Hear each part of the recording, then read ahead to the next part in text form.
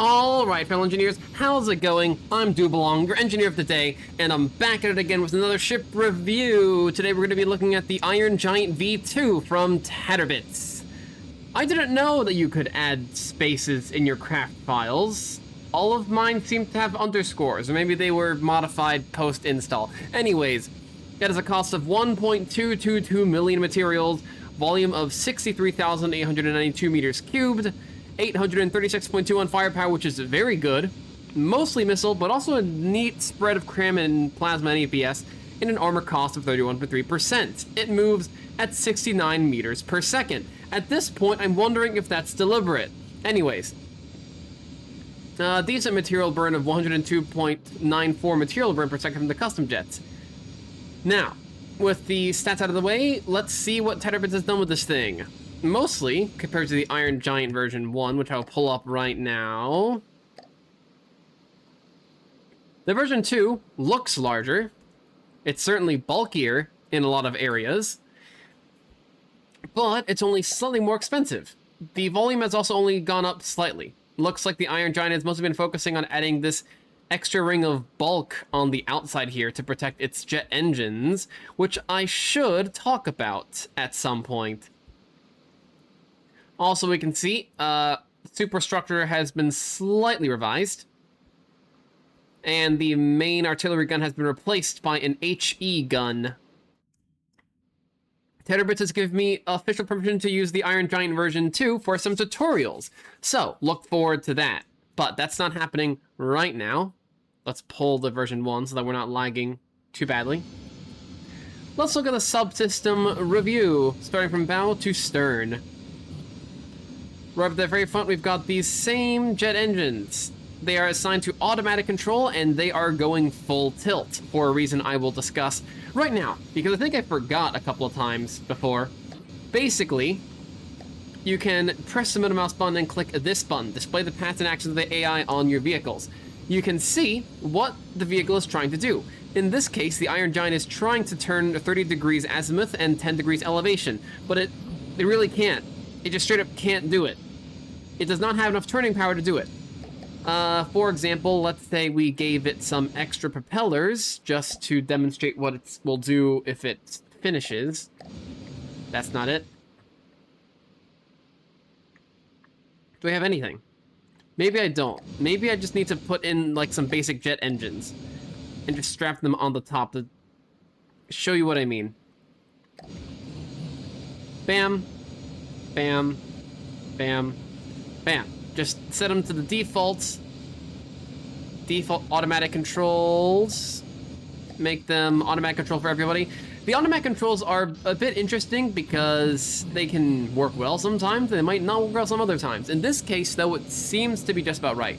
Y'all left, straight, right, and strafe left? Okay, that confuses me a little bit. Why are we strafing right and left with the same engines? I feel like something has gone horribly wrong here. What if I just turn off automatic control for everything and set us to this default configuration? Oh, now we're falling. Yes, I suppose this is just a major issue with engine setups of this nature. They don't understand what's a pusher. None of these setups do. Okay, we're gonna use automatic control for now, but we should fix that in a little bit. Basically, now you can see that we can yaw. So, first of all, yes, the Iron Giant needs more engines. Not here, obviously. At least it needs more turning, and it needs more roll. Because it seems like something's going wrong with the roll mechanisms right here. I mean, these are set to roll, but, oh, it seems like, yeah, the bottom thrusters are also bottoming out. So, let's just see what happens with more thrust. Again, this should correct it, but I'm doing this live, so anything can happen. Oh, what am I talking about? The center of mass is right here. We need to add them right here. This, in my opinion, is one of the major pain points of thruster craft. You have to add so many engines to keep them up in the air that at some point you might just want to build a ship instead. Okay, look at that. Automatic control's actually doing its job in this regard. You know, besides the fact that I don't know what's going on over here, strafe left and strafe right doing the same thing. Also, I don't know how good for performance the fact that we're constantly juggling the control mechanisms are, but the Iron Giant doesn't lag too much, all things considered. I will say, one of the other causes of lag is going to be smoke dispensers and fuel engines. For example, Waterwise's Drakenslong had 50 engines. This one only has 3. So, I would recommend getting smoke dispensers, though, which I will discuss later. Next up, then... Oh yes, the air intakes. By the way, Tatterbits, you don't need to have giant pipes going out of your air intakes. You can do... Take this, take the front air intake, and the only thing you need is 10 blocks of clearance directly in front of it. So, this is literally all you need, 100% clearance. In fact, do we have enough that we can just forego having a block in front of here? We only need 10 blocks of clearance. Yep, look at that. This doesn't even have an opening. We just need 10 blocks of air in front of the engine and it will be able to breathe. We don't need any to the left, to the right. We don't need these pipes directly to the outside. We just need 10 blocks in front of the engine. In fact, is it even 10? 1, 2, 3, 4, 5, 6, 7, 8. 7 blocks. Huh. 1, 2, 3, 4, 5, 6, 7. We only need 7 blocks in front of an intake to have it 100% clearance, and then it's fully protected. Speaking of fully protected, these engine vents aren't really. They have one layer of metal on the outside, but that's it. I would recommend splurging a little bit and adding some heavy armor beam slopes like this, and then adding some heavy armor, actually just even some metal like this. For example, if I just did this entire engine assembly right here real quick, that would look something like... Bam, bam. Color that in the main. Prefabs. Copy that. Paste it. Copy that. And copy that. Again, relatively quick change, but hey, from the depths of the complicated game. It is very hard to remember everything. I'm trying to make it easier for people, but I only have so much stuff they've published right now, hopefully. Later on, we'll have more documentation on what to do and when. Now, next up on the documentation list. Sorry, let me explain what I did first. To anybody who just didn't quite understand. I put in a heavy armor beam slope so that a heat projectile or a HESH projectile will throw its fragments through this metal beam and into the heavy armor beam slope, instead of into the engines, which would destroy the engines. Also, it seems like we are still not pitching quite well enough.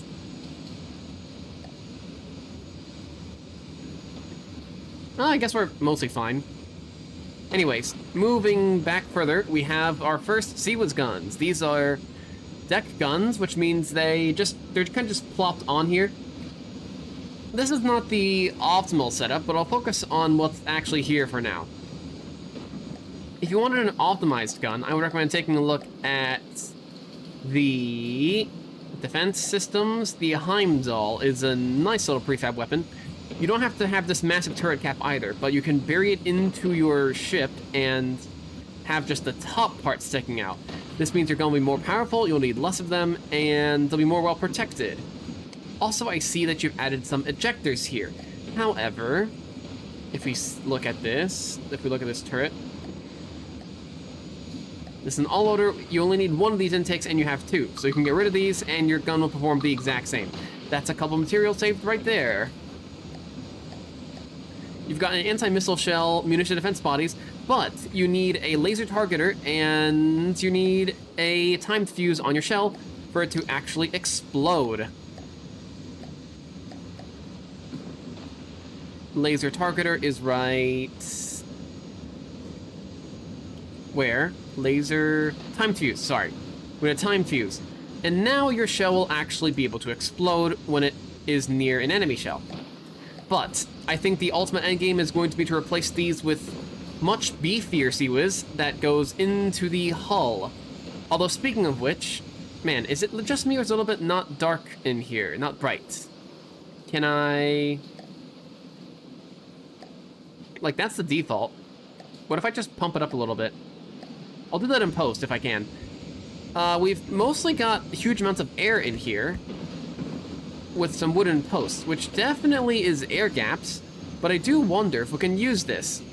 I would recommend sectioning off pieces of this. Okay, actually, the weather's kind of bothering me. I'm going to save this, restart the designer, so that we're actually in sunlight and we can see on the inside.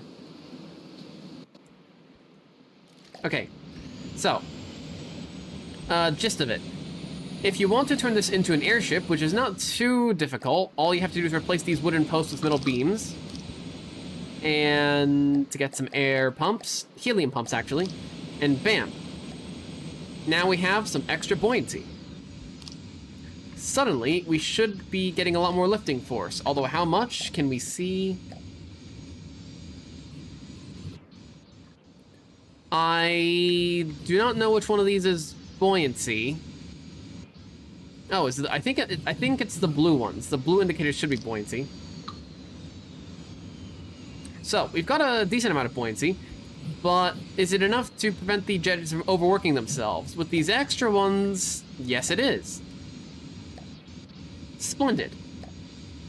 So, more engines, better protected engines, better CWIS. What's next on the item list?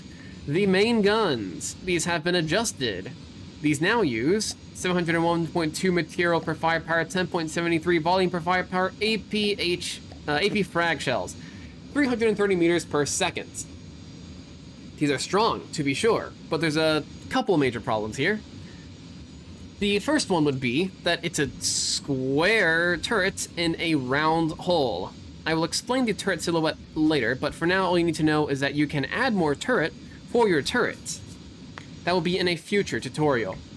In addition, the ejectors only work if you have an emergency ejection defuse on your shell, which is right here. Emergency ejection defuse. Speaking of which, actually, with zero clip, the major disadvantage is that you can't fit ejectors in a nice little pattern. These ejectors only are covering about half the autoloaders in this entire system. However, the advantage of zero clip is that you don't actually need ejectors. If you explode this gun, you will notice that despite only having half ejectors, we don't blow up because zero clip APS is very stable. When we're dealing some damage, okay. Okay, my bad. It might fall apart at higher levels of clippage. At some points, especially if your gun has high amounts of payload, it might not work. However, it will work once you've actually expended every single shell and in the autoloader, and once you've expended every single shell in the autoloader and the ammo input feeders are putting the shells in just as they're being taken out, most of your system will then be inert. So, you'll just have to shoot all your shells first, and then you'll be safe. Speaking of which, though, do we have a balanced gun? We have 69 RPM, but the coolers are set to 220, so we're spending a lot on coolers, and we're also spending a lot on recoil absorption. If you asked me, this almost looks like it was meant to use a shell with more gunpowder. So, what? Just spitballing here. What if we just added more gunpowder?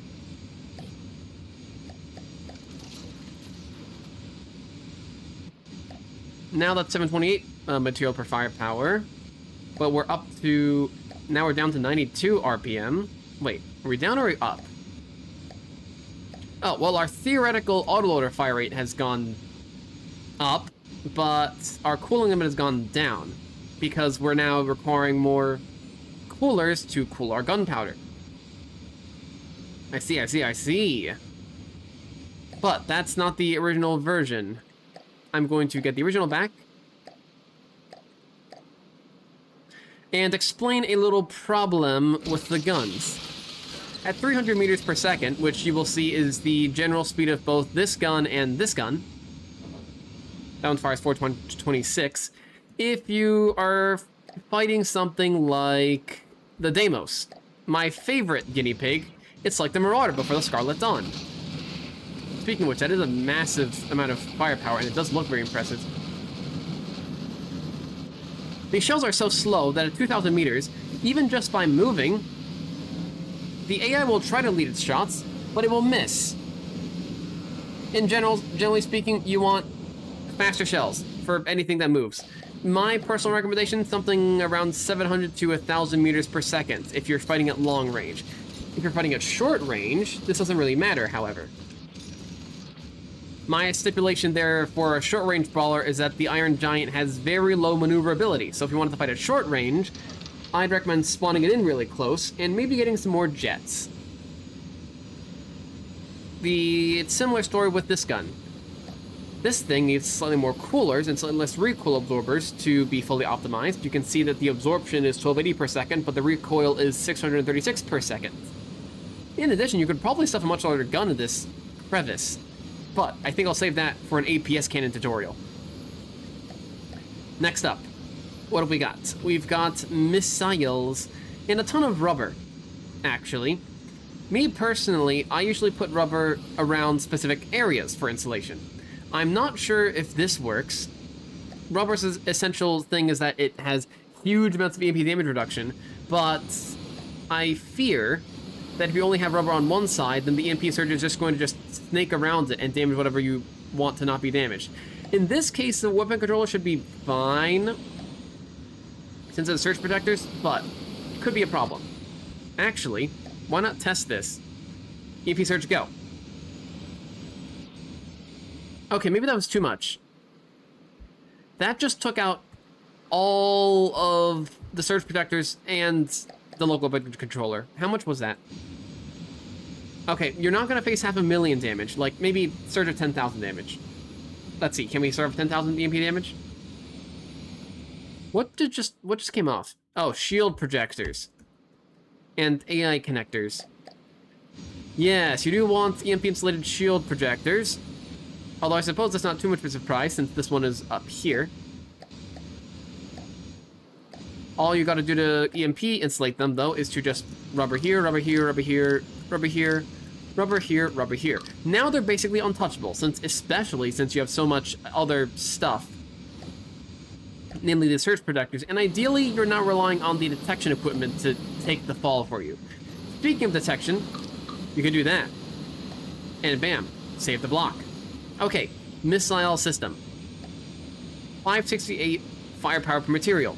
Very strong. Again, no signal processor, but you can just add one, and you'll have a pretty decently powerful missile system. That'll still be able to go through most decoys. Next up then, ammo. Is this reactive safe ammo? Place your bets now, folks. We're gonna destroy it and see if it doesn't blow itself up. Oh, it's fuel. Ideally, you want the fuel to be reactive safe, although I am not an expert on reactive safe fuel, unfortunately. What about the ammo? Oh, it's covered in metal. It should be covered in heavy armor. And I guess I'll preface again, if you would like reactive safe ammo, I recommend the Hypernova Polybox. Not sponsored by Joule. It's got 4-meter ammo, 4-meter beams, and a couple of heavy armor slopes on the side. And it holds 2 of these ammo boxes. And it will not blow up with any level of intensity if you destroy it.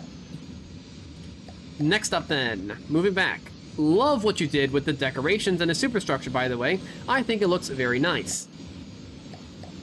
In fact, we can walk around here. We've got a little command console, we've got some stuff, we got a staircase, we got some railings. This is a very nice exterior. All things considered, I like it. Now, you may notice the warp drives. Yeah, I added these. We do a little bit of tomfoolery. The object here, essentially, was to give this thing a second backup plan if it ever went into the water. I'm going to connect this last one, and then you will see what this thing does. Let's say that we lose some level of propulsion, or we just go out of control briefly and we go into the water. The Iron Giant can float for a decent amount because of the helium pumps inside of it, which is a nice backup plan. All thanks to the fact that it has a lot of empty volume inside, which is handy. Alright, warp time. Let's say that our engines are back online, but we want to get out of the water. We can't, because our jet engines are under the water. Well, press Q on this warp nacelle, press warp now, and bam! Now we're in the air again. Look at that. This warp system can only fire once every 39.7 seconds, and it does cost... How much does it cost? Let's see.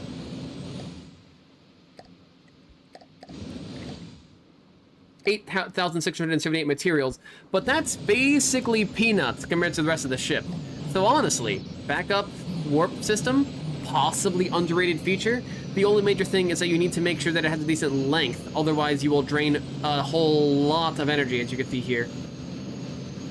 Ideally, you have it spanning the entire height of the ship that you are operating on, which makes it less of an ideal choice for something that has a lot of pieces that are jutting out, because this entire superstructure all accounts towards the height of the ship, and you can't meaningfully protect that height of the ship. So unfortunately, the warp drive is most effective on meta bricks that don't have any jutting out structures, which I think is a little bit unfair. From the depths devs, please fix. Next up then, the cram cannons. These are much better than the old ones, although they are deck mounted. They have a, still not quite fantabulous, but much better, 679.5 material per firepower, and they'll do a decent job at bombarding targets.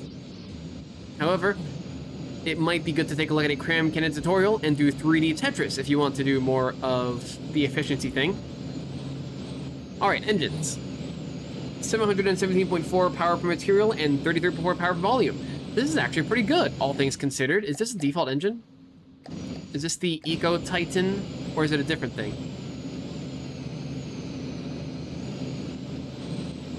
Ah, these are the Eco Titans.